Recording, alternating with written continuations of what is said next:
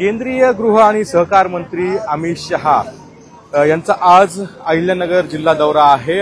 विविध कार्यक्रमांसाठी ते उपस्थित राहणार आहे। मात्र त्यापूर्वी 11 वाजता ते शिर्डी येथे साईबाबा मंदिरात जाऊन साईबाबांचं दर्शन घेणार आहे आणि त्यानंतर त्यांच्या पुढील कार्यक्रमाला सुरुवात होणार आहे।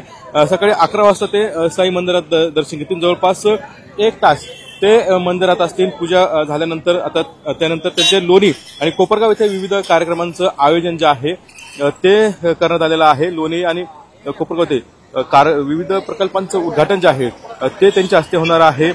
पद्मश्री विठ्ठलराव विखे पाटील आणि पद्मश्री बाळासाहेब विखे पाटील यांच्या पूर्णाकृती पुतळ्याचं उद्घाटन जे आहे ते अमित शहांच्या हस्ते होणार आहे आणि तसेच कोपरगाव येथे कोल्हेंच्या सीएनजी प्रकल्पाचं देखील उद्घाटन अमित शहांच्या हस्ते होणार आहे। यावेळेला राज्याचे मुख्यमंत्री देवेंद्र फडणवीस असतील आणि दोन्ही उपमुख्यमंत्री अजित पवार एकनाथ शिंदे हे देखील अमित शहांच्या सोबत उपस्थित असणार आहे। त्यामुळे भरगच्च कार्यक्रम जे आहे ते या ठिकाणी आयोजित करण्यात आलेला आहे आणि आज अमित शहा या आजच्या मेळाव्यात शेतकरी मेळाव्यामध्ये काय घोषणा करतात, कारण आधीच आपण बघतो की शेतकऱ्यांचं प्रचंड नुकसान जे आहे ते अतिवृष्टी पावसामुळे झालेलं आहे आणि त्यामुळे त्या अनुषंगाने अमित शहा आज काय बोलणार का याकडे सर्वांचं लक्ष लागलेलं आहे।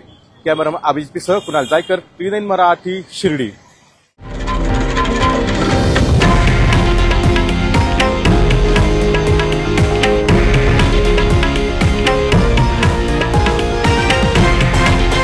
हे आहे देशातील नंबर 1 न्यूज नेटवर्क आणि आपण पाहत आहात TV9 मराठी, एकमेव।